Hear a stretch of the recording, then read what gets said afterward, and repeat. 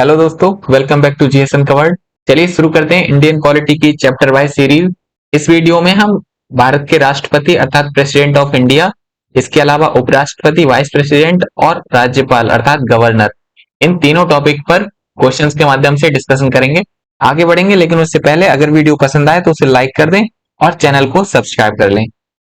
पहला है, भारत के राष्ट्रपति के पास के तहत क्षमादान प्रदान करने की शक्ति है। इस खाली जगह में अनुच्छेद का नाम बताना है। अनुच्छेद 72, अनुच्छेद 73, अनुच्छेद 74 या फिर अनुच्छेद 76। तो इसका सही आंसर हो जाएगा ऑप्शन ए, अनुच्छेद 72। अनुच्छेद 72 में राष्ट्रपति सजा प्राप्त व्यक्ति को क्षमा कर सकता है। उसके पास 5 तरह की शक्तियां होती हैं, जिनमें एक होती है लघुकरण, दूसरी है परिहार, तीसरी है निलंबन, चौथी विराम और पांचवी क्षमा। लघुकरण में सजा की प्रकृति में परिवर्तन हो जाता है, अर्थात अगर किसी को मृत्यु दंड दिया गया है तो उसकी सजा को बदलकर आजीवन कारावास में कर दिया जाता है। इसके अलावा परिहार में सजा को कम कर दिया जाता है, जैसे अगर किसी को आजीवन कारावास की सजा मिली हो तो उसकी सजा की अवधि को कम करके 10-12 साल या जो भी है कर दी जाती है। निलंबन में दंड के क्रियान्वयन पर रोक लगा दी जाती है, लेकिन ऐसा केवल मृत्यु दंड के मामले में ही होता है।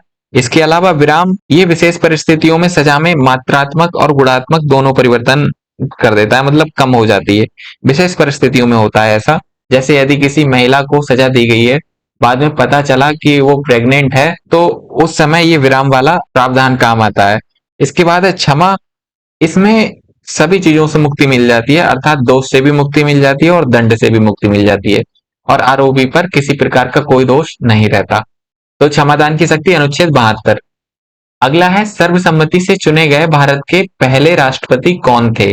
दो वर्ड हैं, सर्वसम्मति से चुने गए, दूसरे भारत के पहले राष्ट्रपति। नीलम संजीवा रेड्डी, बाबू राजेंद्र प्रसाद, डॉक्टर एपीजे अब्दुल कलाम या प्रणब मुखर्जी।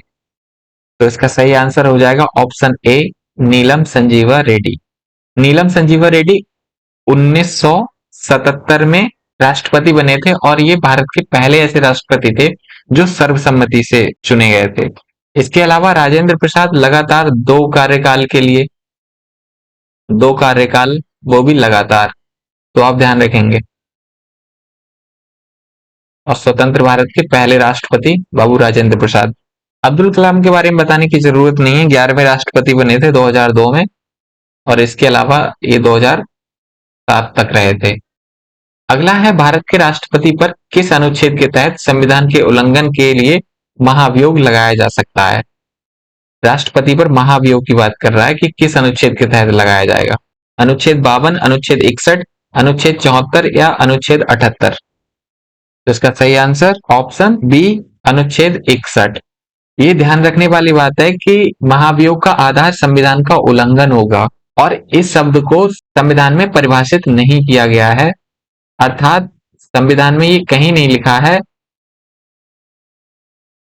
कि संविधान का उल्लंघन क्या होगा। महाभियोग के लिए जरूरी है कि जो सदन आरोप लगा रहा है उसके 1/4 सदस्य उस महाभियोग के प्रस्ताव पर हस्ताक्षर करेंगे, अर्थात आरोप लगाने वाले सदन के 1/4 सदस्यों के हस्ताक्षर होने जरूरी हैं।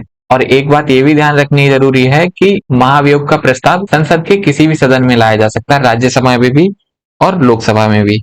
एग्जाम में ये भी पूछ लेते हैं कि जो महाभियोग की प्रक्रिया है वो कैसी प्रक्रिया है, तो आप ध्यान रखेंगे ये एक अर्धन्यायिक प्रक्रिया है। महाभियोग से संबंधित और क्वेश्चन आएंगे, बाकी डिटेल उनमें बताते हैं। भारतीय संविधान में राष्ट्रपति पर महाभियोग का प्रावधान किस देश से लिया गया है। आयरलैंड, जर्मनी, जापान या अमेरिका। ये पिछली वीडियो में हम बता चुके हैं वैसे, तो इसका सही आंसर होगा ऑप्शन डी, संयुक्त राज्य अमेरिका। महाभियोग एक अर्धन्यायिक प्रक्रिया है, ये बता चुके हैं।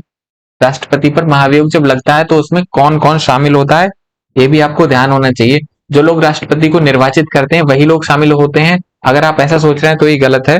जहां निर्वाचन में राज्य विधानमंडल के निर्वाचित सदस्य और दिल्ली पांडुचेरी के विधानमंडल के निर्वाचित सदस्य शामिल होते हैं, वहीं महाभियोग में राज्यों का कोई संबंध नहीं रहता, केवल संसद के दोनों सदनों के निर्वाचित और मनोनीत अर्थात नामांकित दोनों तरह के लोग भाग ले सकते हैं।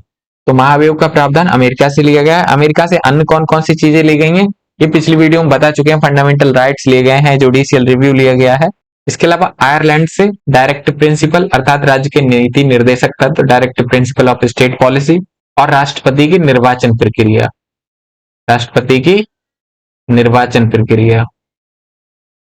जर्मनी से इमरजेंसी के समय फंडामेंटल राइट्स का स्थगन, और जापान से विधि द्वारा स्थापित प्रक्रिया। अगला है किस अनुच्छेद में कहा गया है कि प्रधानमंत्री की नियुक्ति राष्ट्रपति द्वारा की जाएगी?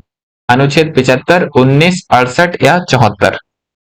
इसका सही आंसर हो जाएगा ऑप्शन ए, अनुच्छेद 75। अनुच्छेद 75 सीधा सीधा कहता है कि प्रधानमंत्री की नियुक्ति राष्ट्रपति द्वारा की जाएगी, अर्थात प्रधानमंत्री को कौन नियुक्त करता है? वो है राष्ट्रपति। यहाँ ये शब्द ध्यान देना है, नियुक्ति की बात की गई है। अगर प्रधानमंत्री की निर्वाचन की बात की जाए तो वो जनता द्वारा की जाती है, आम जनता द्वारा, एक आम चुनाव से, जैसा कि 2024 में होने वाले हैं। लेकिन हम सांसदों को चुनते हैं, प्रधानमंत्री को नहीं। हालांकि उन सांसदों में ही एक प्रधानमंत्री पद का चेहरा होता है। अगला है राष्ट्रपति पद की योग्यता के संदर्भ में निम्नलिखित में से कौन सा सही है? वह भारत का नागरिक होना चाहिए, 35 वर्ष की आयु पूरा कर चुका हो, लोकसभा सदस्य बनने के योग्य हो, उपर्युक्त सभी। राष्ट्रपति पद की योग्यता क्या होनी चाहिए इनमें से? तो ये भी सही है, भारत का नागरिक तो होना ही चाहिए, 35 वर्ष की आयु पूरी कर चुका हो, ये एज आप ध्यान रखेंगे। लोकसभा सदस्य बनने के योग्य हो, ये जरूरी है। अगर यहाँ राज्यसभा लिख दे तो गलत हो जाएगा। और योग्य हो, केवल लोकसभा का सदस्य ना हो, अगर हो तो उसे त्याग पत्र देना पड़ता है। तो इसीलिए तीनों हो जाएंगे, तो ऑप्शन डी सही होगा, उपर्युक्त सभी। अगला है सर्वोच्च न्यायालय के वह कौन से न्यायाधीश हैं जिन्होंने राष्ट्रपति पद की शपथ ली थी? सीधा सा मतलब है सर्वोच्च न्यायालय के उन न्यायाधीश को बताना है जो राष्ट्रपति बने थे। सर्वपल्ली राधाकृष्णन, राजेंद्र प्रसाद, मोहम्मद हिदायतुल्लाह या वीके मुखर्जी। आप जानते होंगे संविधान में प्रावधान है कि यदि राष्ट्रपति किसी कारणवश अपने पद पे नहीं रहता है तो उपराष्ट्रपति राष्ट्रपति के पद की जिम्मेदारी संभालता है। लेकिन यदि किसी कारणवश राष्ट्रपति उपराष्ट्रपति दोनों ना हो तो कार्यवाहक राष्ट्रपति के रूप में भारत के मुख्य न्यायाधीश राष्ट्रपति का पद धारण करते हैं। तो यहां पर भी कुछ ऐसा ही हुआ था। ये बात 1969 की है, जब डॉक्टर जाकिर हुसैन इनकी मृत्यु हो जाती है पद पर रहते हुए। उसके पश्चात जो उपराष्ट्रपति थे उस टाइम के वीवी गिरी, वो राष्ट्रपति बनते हैं। लेकिन बाद में वीवी गिरी ने इस्तीफा दे दिया, तो उसके पश्चात सर्वोच्च न्यायालय के मुख्य न्यायाधीश जिनका नाम था मोहम्मद हिदायतुल्लाह, वो राष्ट्रपति बनते हैं, अर्थात कार्यवाहक राष्ट्रपति बनते हैं। तो इसीलिए ऑप्शन सी सही हो जाएगा। अगला है राष्ट्रपति अपना त्यागपत्र किसे दे सकता है? उपराष्ट्रपति को, मुख्य न्यायाधीश को, प्रधानमंत्री को या लोकसभा स्पीकर को? तो इस सरल है, आप लगा पाएंगे आराम से। इसका सही आंसर ऑप्शन ए हो जाएगा, उपराष्ट्रपति को। राष्ट्रपति उपराष्ट्रपति को संबोधित करके अपना त्यागपत्र देता है। अगला है निम्नलिखित में से कौन राष्ट्रपति के निर्वाचक मंडल का भाग नहीं होता? ये अच्छा क्वेश्चन है। राष्ट्रपति के निर्वाचक मंडल में कौन शामिल नहीं है? संसद के निर्वाचित सदस्य, राज्य विधानसभाओं के निर्वाचित सदस्य, संसद के नामांकित सदस्य या दिल्ली विधानसभा के निर्वाचित सदस्य? तो राष्ट्रपति के निर्वाचक मंडल में संसद के निर्वाचित सदस्य शामिल होते हैं, अर्थात संसद के दोनों सदनों के निर्वाचित सदस्य, राज्यसभा और लोकसभा के। लेकिन ध्यान देने वाली बात यह है, यहाँ मनोनीत सदस्य शामिल नहीं होंगे, मनोनीत नहीं, जबकि मनोनीत सदस्य राष्ट्रपति के महाभियोग में शामिल होते हैं। अगला है राज्य विधानसभाओं के निर्वाचित सदस्य, ये भी शामिल होते हैं। संसद के नामांकित सदस्य ये शामिल नहीं होते हैं। दिल्ली विधानसभा के निर्वाचित सदस्य ये शामिल होते हैं। इसके अलावा पांडुचेरी के भी होते हैं। पांडुचेरी, जिसे आजकल पुदुचेरी कहा जाता है। तो पांडुचेरी और दिल्ली दोनों की विधानसभाओं के निर्वाचित सदस्य शामिल होते हैं। तो कुल मिलाकर निर्वाचित ही शामिल होते हैं, नामांकित सदस्य शामिल नहीं होते हैं। तो इस हिसाब से ऑप्शन सी सही हो जाएगा, संसद के नामांकित सदस्य शामिल नहीं होंगे। अगला है निम्नलिखित में से कौन सा अनुच्छेद राष्ट्रपति को असामान्य स्थितियों में अध्यादेश जारी करने की शक्ति देता है? यहां ध्यान रखने वाली बात, असामान्य स्थितियों में, अर्थात राष्ट्रपति सामान्य स्थितियों में अध्यादेश जारी नहीं कर सकता, वो तभी जारी कर सकता है जब संसद के दोनों सदनों में से किसी एक सदन का सत्र ना चल रहा हो और परिस्थिति ऐसी हो कि तत्काल कार्यवाही करना आवश्यक हो। ये दो कंडीशन आप ध्यान रखेंगे। पहला, दोनों सदनों में से किसी एक सदन का सत्र ना चल रहा हो, और दूसरा, परिस्थिति ऐसी हो कि तत्काल कार्यवाही करना आवश्यक हो। तब राष्ट्रपति अध्यादेश जारी कर सकता है। किस अनुच्छेद के तहत? 123, 72, 111 या 356? तो इसका सही आंसर ऑप्शन ए 123 हो जाएगा। अध्यादेश के बारे में एक बात और ध्यान रखनी जरूरी है कि संविधान संशोधन के मामले में जारी नहीं कर सकता। संविधान संशोधन के मामले पे जारी नहीं करेगा।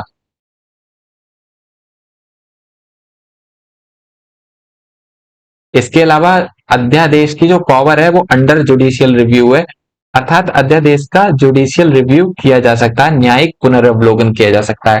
और ये कौन करता है? सर्वोच्च न्यायालय, सुप्रीम कोर्ट। और तीसरा, अध्यादेश जारी करने की शक्ति राष्ट्रपति की कोई विवेकाधीन शक्ति नहीं है, ये भी आप ध्यान रख लें, विवेकाधीन नहीं है।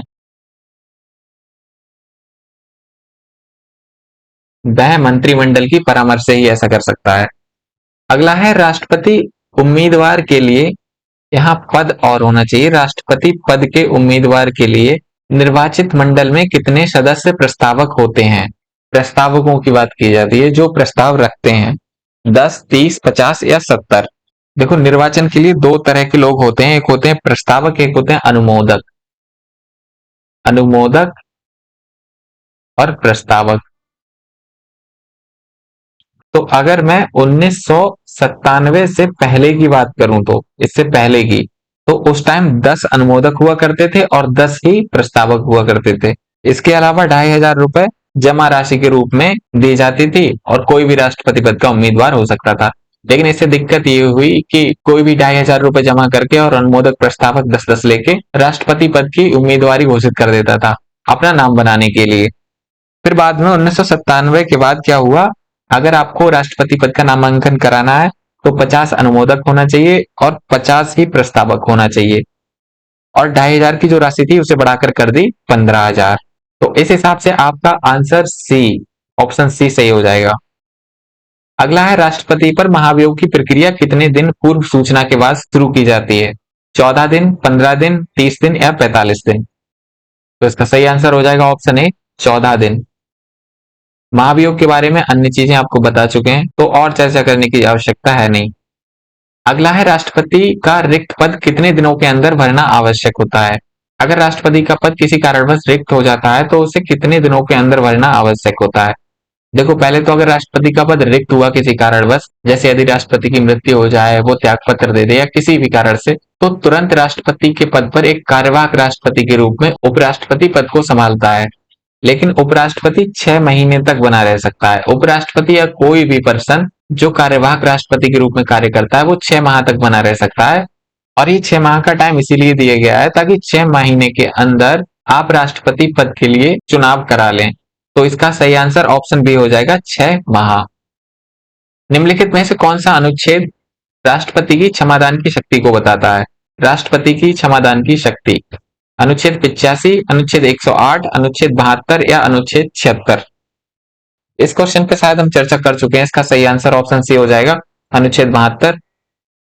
अनुच्छेद 85 जो है वो संसद के सत्र को आहूत और सत्रावसान करने से है। आहूत या सत्रावसान, वो अनुच्छेद 85 से संबंधित है। अनुच्छेद 108 ये संयुक्त बैठक का प्रावधान करता है, दोनों सदनों की। इसके अलावा अनुच्छेद 76 ये महान्यायवादी की नियुक्ति की बात करता है। महान्यायवादी, महान्यायवादी की नियुक्ति कौन करता है? राष्ट्रपति। अगला है राष्ट्रपति तथा उपराष्ट्रपति की अनुपस्थिति में राष्ट्रपति पद का कार्यभार निम्नलिखित में से कौन संभालता है? इस पे चर्चा हम कर चुके हैं, तो आप आसानी से लगा पाएंगे। लोकसभा स्पीकर, प्रधानमंत्री, भारत का मुख्य न्यायाधीश या भारत का महान्यायवादी? ऑब्वियसली इसका आंसर ऑप्शन सी सही हो जाएगा, भारत का मुख्य न्यायाधीश। अगर मुख्य न्यायाधीश भी अनुपस्थित हो तो फिर राष्ट्रपति पद का कार्यभार कौन संभालेगा?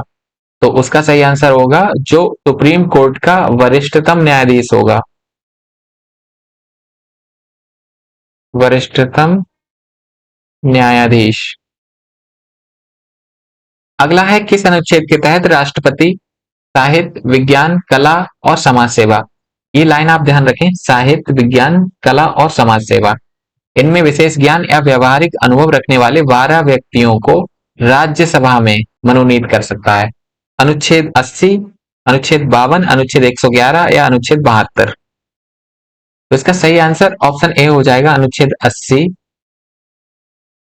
अगला है अमेरिका के राष्ट्रपति का कार्यकाल कितने वर्ष का होता है? 5 वर्ष, 4 वर्ष, 7 वर्ष या 6 वर्ष? भारत के राष्ट्रपति का कार्यकाल 5 वर्ष होता है। ऐसे अमेरिका के राष्ट्रपति का कार्यकाल 4 वर्ष का होता है।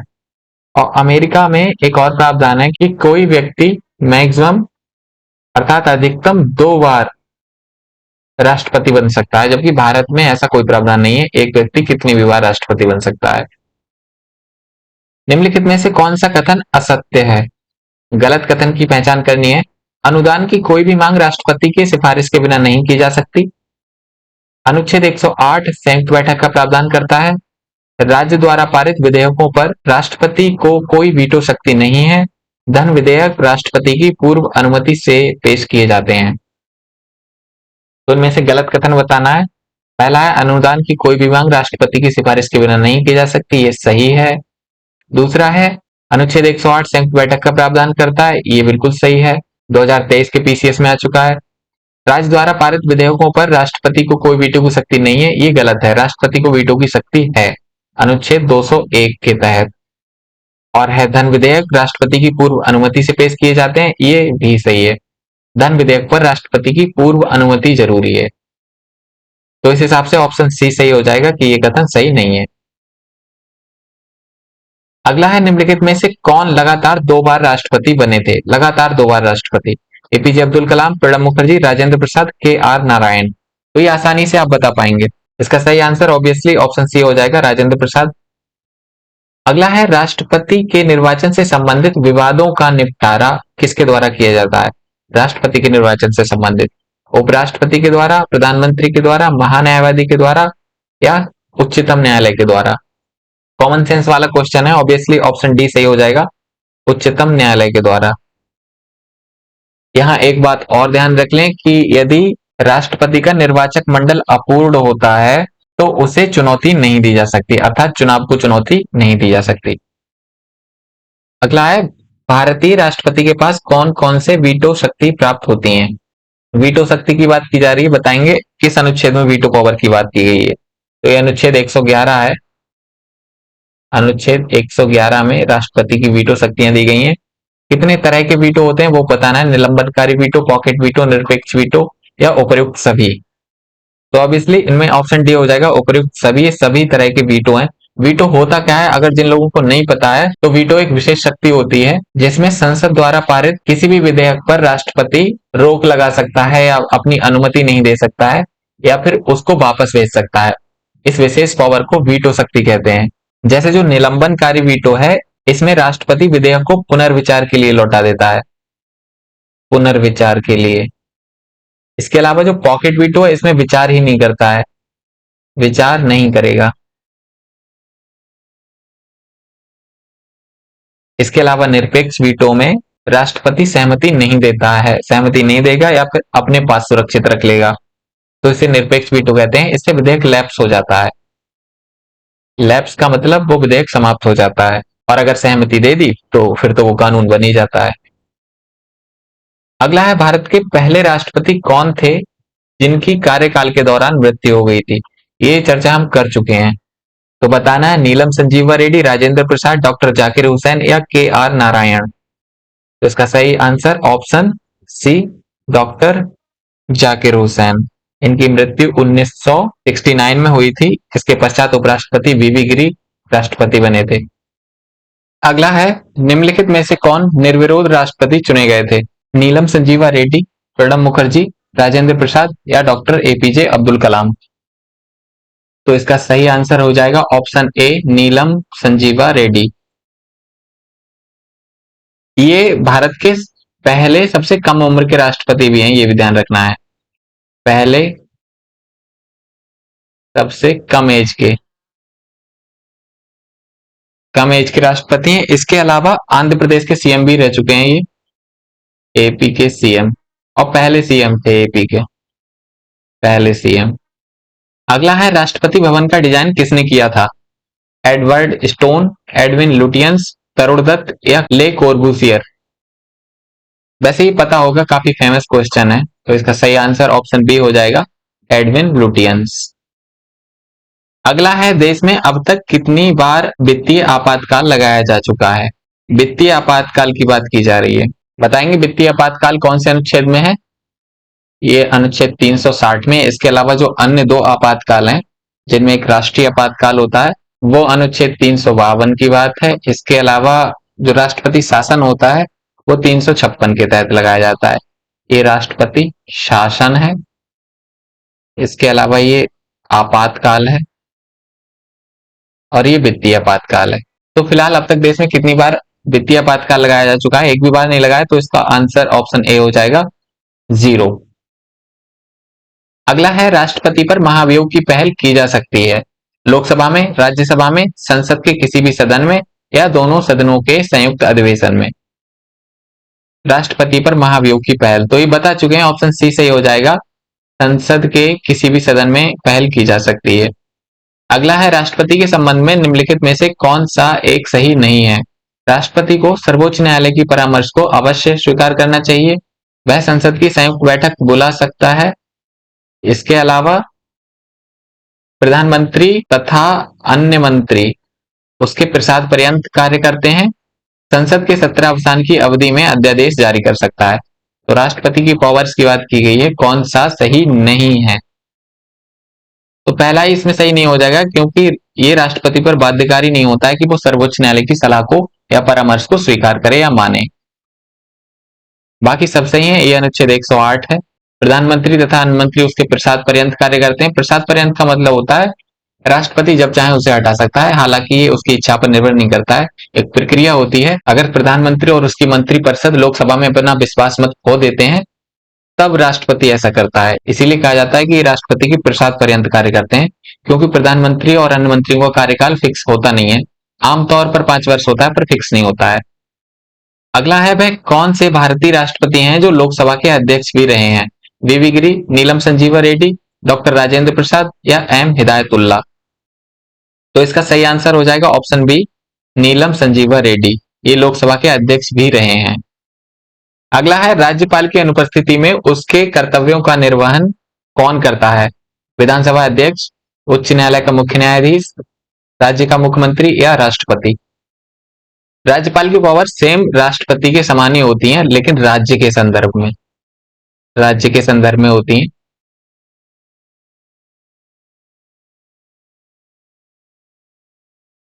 इसका सही आंसर हो जाएगा ऑप्शन बी, उच्च न्यायालय का मुख्य न्यायाधीश। अगला है, राज्यपाल के संदर्भ में निम्नलिखित में से कौन सा कथन सही नहीं है? ध्यान रखना है, नहीं है की बात की गई है। उसके पास आपातकालीन शक्तियां नहीं है, राज्यपाल पद के उम्मीदवार की न्यूनतम आयु 35 वर्ष होनी चाहिए, उसका निर्वाचन विधानसभा सदस्यों द्वारा किया जाता है, राज्यपाल राष्ट्रपति के प्रसाद पर्यंत कार्य करता है। तो इसका सही आंसर हो जाएगा ऑप्शन सी, उसका निर्वाचन विधानसभा सदस्यों द्वारा किया जाता है। ये गलत है। राज्यपाल का निर्वाचन नहीं होता है, बल्कि उसकी नियुक्ति होती है राष्ट्रपति के मोहर लगे एक आज्ञा पत्र के माध्यम से। बाकी सभी ठीक है, उसके पास आपातकालीन शक्तियां नहीं है। ये शक्तियां केवल राष्ट्रपति के पास होती हैं, प्रेसिडेंट के पास और किसी के पास नहीं होती। न्यूनतम आयु 35 वर्ष होनी चाहिए, और वह राष्ट्रपति के प्रसाद पर्यंत कार्य करता है। ये तीनों सही हो जाएंगे। तो इस हिसाब से ऑप्शन सी सही है। अगला है, संविधान के अनुच्छेद 213 के अनुसार राज्यपाल का अध्यादेश जारी करने का अधिकार है। पहली बात, अनुच्छेद 213 राज्यपाल के अध्यादेश जारी करने के अधिकार की बात करता है, और वो जो अधिकार है वो कैसा अधिकार है? स्वविवेकी, अर्थात अपने विवेक से निर्णय लेता है, या कार्यपालिका के परामर्श से, या केंद्र सरकार की परामर्श से, या फिर मंत्रिमंडल की परामर्श से। यहाँ जो मंत्रिमंडल है वो राज्य का मंत्रिमंडल होगा। तो ऑब्वियसली इसका सही आंसर ऑप्शन डी हो जाएगा, मंत्रिमंडल की परामर्श से। अगला है, राज्यपाल की क्षमादान की शक्तियां किस अनुच्छेद से संबंधित हैं? अनुच्छेद 200, अनुच्छेद 161, अनुच्छेद 213 या अनुच्छेद 201? अनुच्छेद 200 विधानसभा द्वारा पारित विधेयकों पर राज्यपाल के निर्णय देने या ना देने से संबंधित है। इसके अलावा अनुच्छेद 161 ये राज्यपाल की क्षमादान की शक्तियों को डिफाइन करता है। हालांकि इस संदर्भ में एक बात ध्यान रखने की जरूरत यह है कि राज्यपाल की क्षमादान की शक्तियां राष्ट्रपति की क्षमादान की शक्तियों के समतुल्य नहीं है। राष्ट्रपति मृत्युदंड को माफ कर सकता है, लेकिन राज्यपाल मृत्युदंड को माफ नहीं कर सकता। इसके अलावा अनुच्छेद 213 ये राज्यपाल की अध्यादेश की पावर है, और अनुच्छेद 201 राष्ट्रपति की राज्य विधानमंडल द्वारा पारित विधेयकों के संदर्भ में कुछ शक्तियां हैं। अगला है, निम्नलिखित में से कौन लद्दाख के पहले लेफ्टिनेंट गवर्नर हैं? गिरीश चंद्र मुर्मू, राधा कृष्ण माथुर, सत्यपाल मलिक या एन बोहरा? तो ये अधिकांश लोगों को पता होगा। इसका सही आंसर ऑप्शन बी हो जाएगा, राधा कृष्ण माथुर। अगला है, स्वतंत्र भारत में किसी भी राज्य की पहली महिला राज्यपाल कौन थी? श्रीमती सरोजनी नायडू, सुश्री सुचेता कृपलानी, श्रीमती इंदिरा गांधी या श्रीमती विजय लक्ष्मी पंडित? तो ऑब्वियसली इसका सही आंसर ऑप्शन ए हो जाएगा, श्रीमती सरोजनी नायडू। ये उत्तर प्रदेश की राज्यपाल बनी थी और इनको भारतीय कोकिला भी कहते हैं। भारतीय कोकिला। अगला है, राज्यपाल के संबंध में निम्नलिखित में से कौन सा कथन सही नहीं है? वह राज्य की विधायिका का हिस्सा होता है, वह मृत्युदंड को माफ कर सकता है, वह राज्य के उच्च न्यायालय के मुख्य न्यायाधीशों की नियुक्ति नहीं कर सकता, उसके पास आपातकालीन शक्तियां नहीं है। तो ये बता पाएंगे क्योंकि इनमें से अधिकांश चीजों पे हम चर्चा कर चुके हैं। उसके पास आपातकालीन शक्तियां नहीं होती हैं, ये सही है। आपातकालीन शक्तियां केवल राष्ट्रपति के पास होती हैं। वह राज्य के उच्च न्यायालय के मुख्य न्यायाधीश की नियुक्ति नहीं कर सकता, ये भी सही है। ये भी केवल प्रेसिडेंट करता है। मृत्युदंड को माफ कर सकता है, ये गलत हो जाएगा। ये पावर केवल राष्ट्रपति के पास है, तो इसीलिए ऑप्शन बी सही हो जाएगा। अगला है, राज्य विधान परिषद में राज्यपाल द्वारा कितने सदस्यों का मनोनयन किया जाता है? 1/3, 1/12, 1/9 या फिर 1/6? राज्य विधान परिषद में जितने भी सदस्य होते हैं उनमें से 1/3 स्थानीय निकायों द्वारा चुने जाते हैं।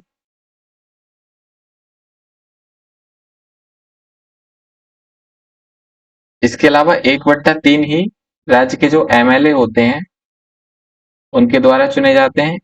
1/12 स्नातक शिक्षकों द्वारा,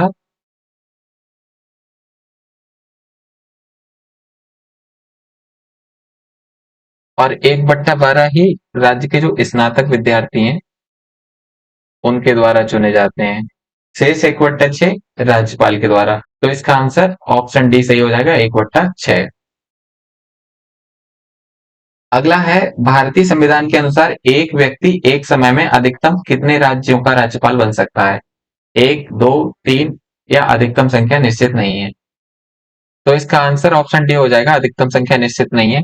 वैसे मूल संविधान में ये कहा गया है कि प्रत्येक राज्य का एक राज्यपाल होगा, लेकिन बाद में 7वें संविधान संशोधन 1956 में ये बात कही जाती है कि एक व्यक्ति को 2 या 2 से अधिक राज्यों का राज्यपाल बनाया जा सकता है।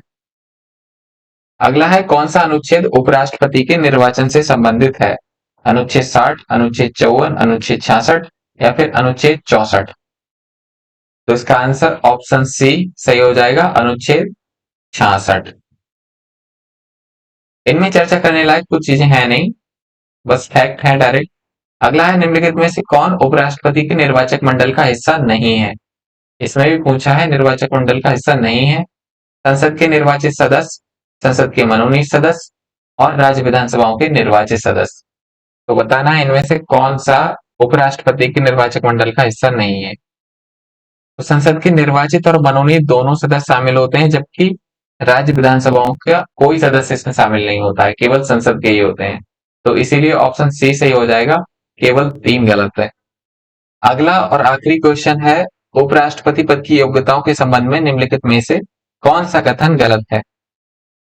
वह 35 वर्ष की आयु पूरी कर चुका हो, वह लोकसभा सदस्य बनने के योग्य हो, वह भारत का नागरिक हो और वह लाभ का पद धारण न करता हो। तो ये तो सही है। इसके अलावा भारत का नागरिक होना चाहिए, ये भी सही है। 35 वर्ष की आयु पूरी कर चुका हो, ये भी सही है। वह लोकसभा का सदस्य बनने योग्य हो, ये गलत है, क्योंकि लोकसभा का नहीं बल्कि राज्यसभा का होना चाहिए यहाँ पर, क्योंकि उपराष्ट्रपति की मुख्य भूमिका राज्यसभा में ही है। वह राज्यसभा का पदेन सभापति होता है। पदेन का अर्थ होता है कि उपराष्ट्रपति ही राज्यसभा का सभापति बन सकता है और कोई नहीं। तो वीडियो कैसी लगी कमेंट बॉक्स में बता सकते हैं। अगर पसंद आई हो तो उसे लाइक कर दीजिए, चैनल को सब्सक्राइब कर लीजिए। बाकी मिलेंगे अगली वीडियो में, तब तक के लिए धन्यवाद।